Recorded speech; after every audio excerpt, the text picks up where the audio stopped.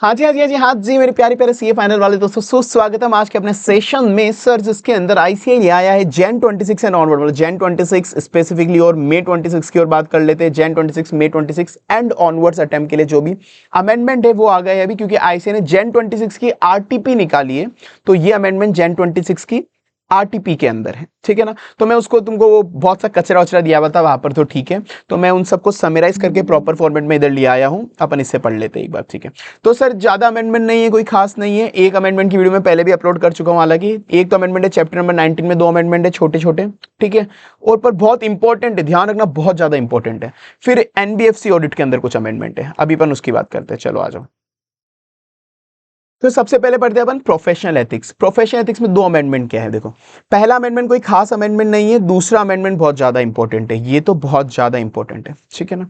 अब देखो पहले अमेंडमेंट के अंदर क्या भी है सर, पहला अगर आपको याद है, close 9 part 1 first schedule, close 9 part 1 first schedule. ये क्लोज 9 पार्ट 1 फर्स्ट शेड्यूल क्या बोलता था सर? ये बोलता था कोई भी बंदा अगर ऑडिटर बन रहा है, किसी भी कंपनी का ऑडिटर बन रहा है, तो उसको section 139, section 140 and 141 of companies act ये उसको चेक करना पड़ेगा कि अगर कोई भी बंदा ऑडिटर अपॉइंट हो रहा है तो उसको देखना पड़ेगा सेक्शन 139 अपॉइंटमेंट ऑफ ऑडिटर वाली सारी कंडीशन पूरी हो रही है, 140 removal of auditor, 141 disqualification of auditor. तो अगर आपने ये कंडीशन पहले चेक नहीं करी तो आप अपॉइंट नहीं हो सकते ऑडिटर। बिना चेक करे अगर आप अपॉइंट हो गए तो आप गिल्टी होंगे, आप गिल्टी होंगे। तो ऑडिटर कभी भी अपॉइंट हो रहा है तो उसे section 139, 140, 141 of companies act check करना पड़ेगा। अब यहां पर एक और चीज जोड़ ली कि कंपनीज एक्ट के साथ साथ, कंपनीज एक्ट के साथ साथ अगर कोई अदर लॉ भी लग रहा है, other law relating to appointment of auditor, relating to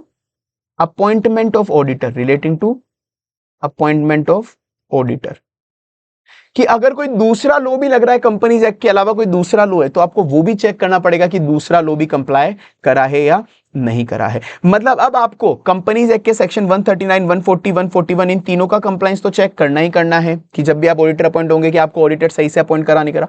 अब आपको साथ में कंपनीज एक्ट के अलावा कोई अदर लॉ लग रहा है relating to appointment of auditor, relating to appointment of auditor, तो वो अदर लॉ भी चेक करना पड़ेगा। सर फॉर एन एग्जांपल, जैसे अगर अपन कोई कोऑपरेटिव सोसाइटी की बात करें, तो कोऑपरेटिव सोसाइटी पे कंपनीज एक्ट नहीं लगता, उस पे लगता है कोऑपरेटिव सोसाइटी एक्ट, मतलब वो मल्टी स्टेट कोऑपरेटिव सोसाइटी है कौन सा, उस पे बाद में बात करेंगे, वो छोड़ो। कुल मिला पे उस पे लगता है कोऑपरेटिव सोसाइटी एक्ट। तो अगर आप कभी कोऑपरेटिव सोसाइटी की ऑडिट कर रहे हो तो वहां पर अगर ऑडिटर अपॉइंट हो रहा है, वहां पर ऑडिटर अपॉइंट हो रहा है, तो वहां पर उसको देखना पड़ेगा जो भी कोऑपरेटिव सोसाइटी का एक्ट बोलता है ऑडिटर अपॉइंटमेंट के लिए, ऑडिटर अपॉइंटमेंट के लिए जो भी कोऑपरेटिव सोसाइटी का एक्ट बोलता है वो सारी चीजें फॉलो हुई है या नहीं हुई है, वो सारी चीजें कंप्लाई हुई है या नहीं हुई है, वो सारी चीजें कंप्लाई हुई है नहीं, तो मतलब अब आपको कंपनीज एक्ट के अलावा अदर लॉ भी फॉलो करने पड़ेंगे, बात खत्म, इतनी सी बात है, ठीक है। तो मतलब ऐसा कोई बहुत बड़ा चेंज नहीं हो गया, बस ठीक है, इतने ही से एक अदर लॉ वाला वर्ड ही जुड़ा है एक तरह से यहाँ पे। तो सेक्शन 139, हालांकि आईसीआई ने ये भी बोला था, छोड़ो अभी वो छोड़ो, मतलब कोई सेंस नहीं उसका, छोड़ो छोड़ दो। तो ये हो गया, आपको केवल ये अदर लॉ वाला वर्ड जोड़ लो कि अब कंपनीज एक्ट के अलावा अदर लॉ भी चेक करना पड़ेगा, ठीक है ना। Other law pertaining to appointment of auditor, ठीक है। फिर उसके बाद सर ये सेकंड वाला बहुत ज्यादा इंपॉर्टेंट है। सेकंड वाला सर इसमें क्या है, इतना इंपॉर्टेंट क्यों है सर? क्योंकि सेकंड वाले के अंदर पूरा का पूरा नया क्लोज जुड़ गया है, पूरा का पूरा नया क्लोज नया जुड़ गया है। हालांकि मैंने पहले भी बच्चों को क्लास में बोला था भाई आईसीआई ना, छोड़ो मैं कभी कुछ बोल नहीं सकता, अभी यूट्यूब पे जाएगी ना ये वीडियो, तो आईसीआई भाई क्या ही बोले, ये वाला जो क्लोज है ना, क्लोज 5, पहला आईसीआई ने डाला ही नहीं मॉड्यूल के अंदर। अरे भाई ये वाला क्लोज में एग्जैक्ट याद नहीं है, 2000 शायद 24 है या 2023 है, 2023 या 2024 के अंदर एक अमेंडमेंट एक निकला था, CA CS CMA, CA CS CMA amendment act निकला था एक, उसके अंदर 2023 2024 उस अमेंडमेंट एक्ट में ये क्लोज कब से आ चुका है, कब से, मैंने बोला भी था तुम्हारी मॉड्यूल में अभी तक डाला ही नहीं है आईसीआई ने भाई। तो आईसीआई को अभी नजरें खुली, अरे अरे अरे अरे ये वाला क्लोज तो हमारे से रह गया, ये वाला क्लोज तो हमारे से रह गया।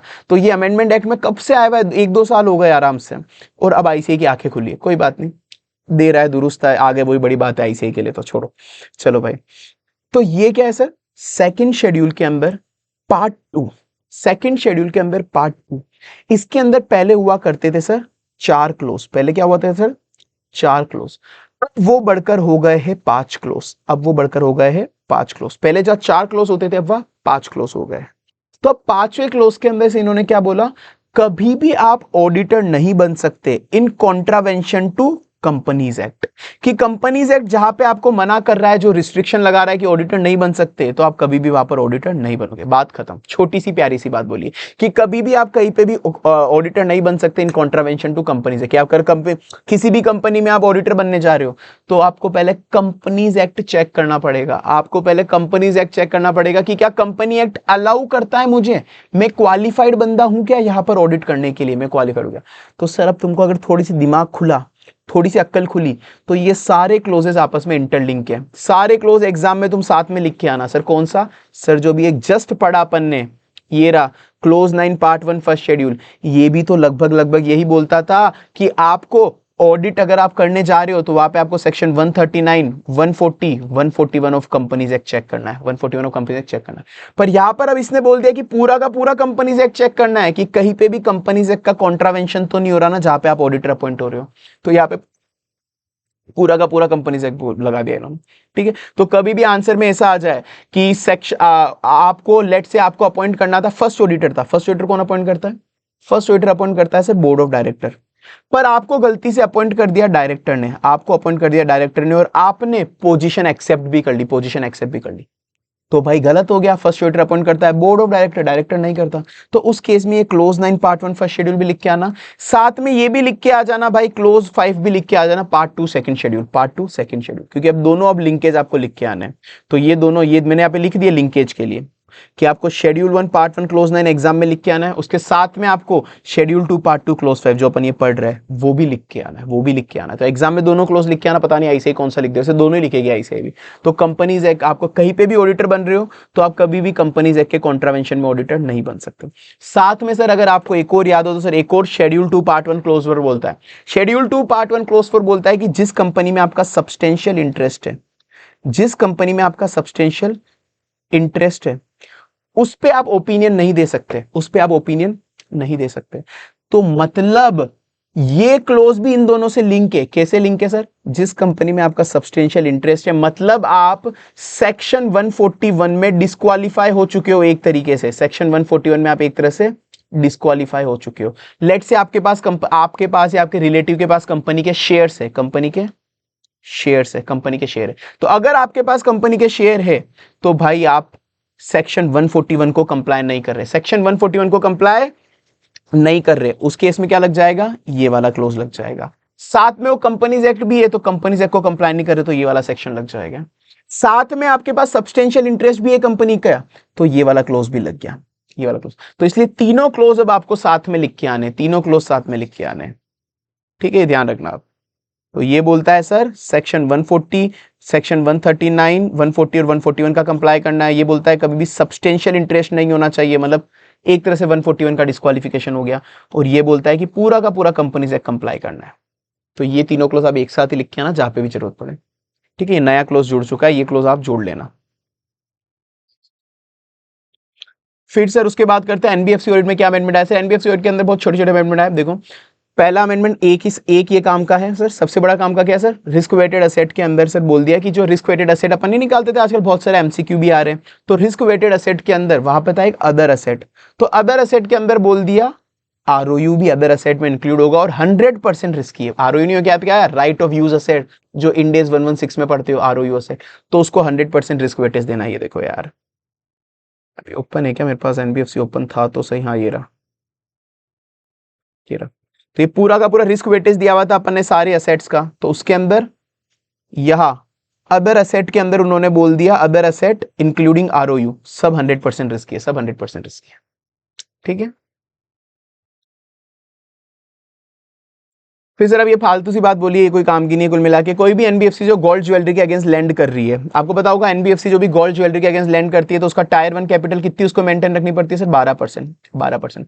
जनरली टायर 1 जनरली मेंटेन करनी पड़ती है 10%, पर अगर वो गोल्ड ज्वेलरी के अगेंस्ट लैंड कर रही है तो उसको 12% टायर 1 कैपिटल मेंटेन करनी लगती। ठीक है, ये अपन ने पहले से पढ़ा हुआ है, फालतू बात है। ठीक है, पर अब बस इसके अंदर ये बोल दिया कोई भी एनबीएफसी जो गोल्ड ज्वेलरी के अगेंस्ट लैंड कर रही है उसको आरबीआई ने एक सर्कुलर निकाला, एक डायरेक्शन निकाली है, lending against gold and silver, lending against gold and silver direction 2025, ये भी उसे कंप्लाई करना पड़ेगा, ये भी उसे कंप्लाई करना पड़ेगा मैक्सिमम बाय 1 अप्रैल 2026, मैक्सिमम बाय 1 अप्रैल 2026 उसे ये वाली डायरेक्शन फॉलो करनी पड़ेगी, बात खत्म, बस और कुछ नहीं। ये कुछ काम का नहीं है एक तरह से अमेंडमेंट, इसको छोटा सा कट मार सकते हो। कुल मिला के जो भी एनबीएफसी गोल्ड ज्वेलरी के अगेंस्ट लैंड कर रही है उसको ये वाला आरबीआई का सर्कुलर फॉलो करना पड़ेगा, बात खत्म।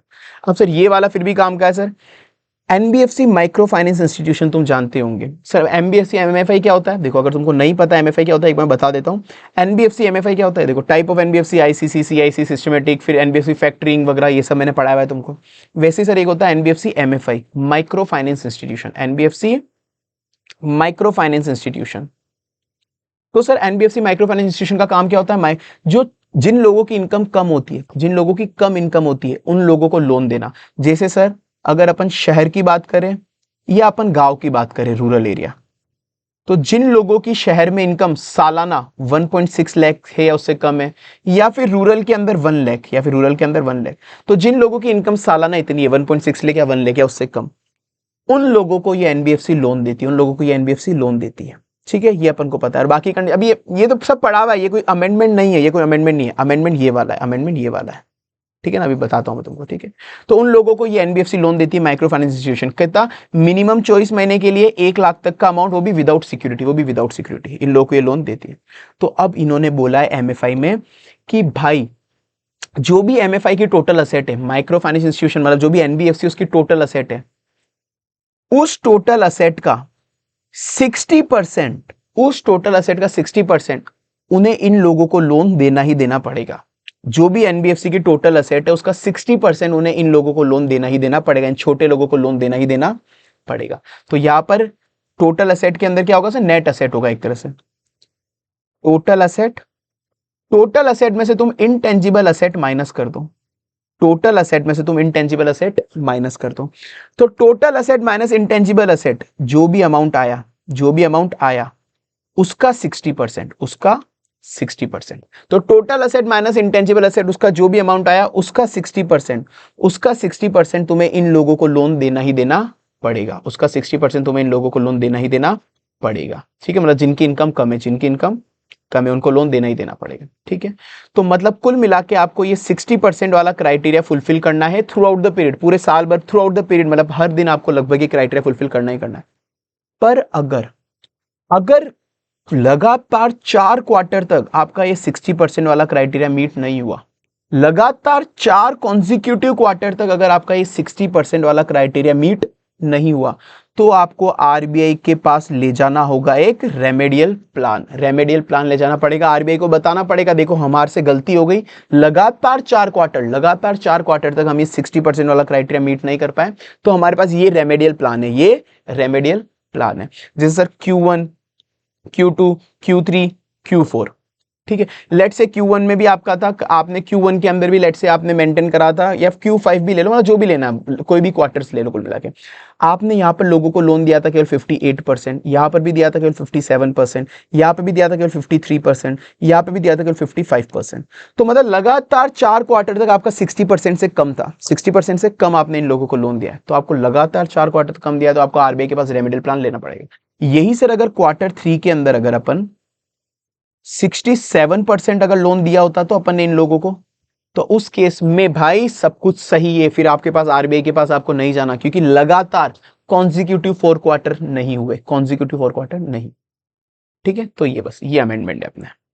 ठीक है, तो minimum 60% of total asset netted off by intangible asset आपको देना पड़ेगा, माइक्रो फाइनेंस इंस्टीट्यूशन को लोन देना पड़ेगा। पर अगर ये फेल हो गया क्राइटेरिया 4 कॉन्जिक्यूटिव क्वार्टर तक, तो आपको आरबीआई के पास अप्रोच करना पड़ेगा, जाना पड़ेगा विद रेमेडियल प्लान, ताकि आप आरबीआई का भी व्यू ले पाओ इस मैटर के अंदर। ठीक है, तो ये अमेंडमेंट है, ये अमेंडमेंट की पीडीएफ मैं आपको ये अमेंडमेंट की पीडीएफ आपको टेलीग्राम चैनल पे प्रोवाइड करा दूंगा। ठीक है ना, चलो ये हो गया।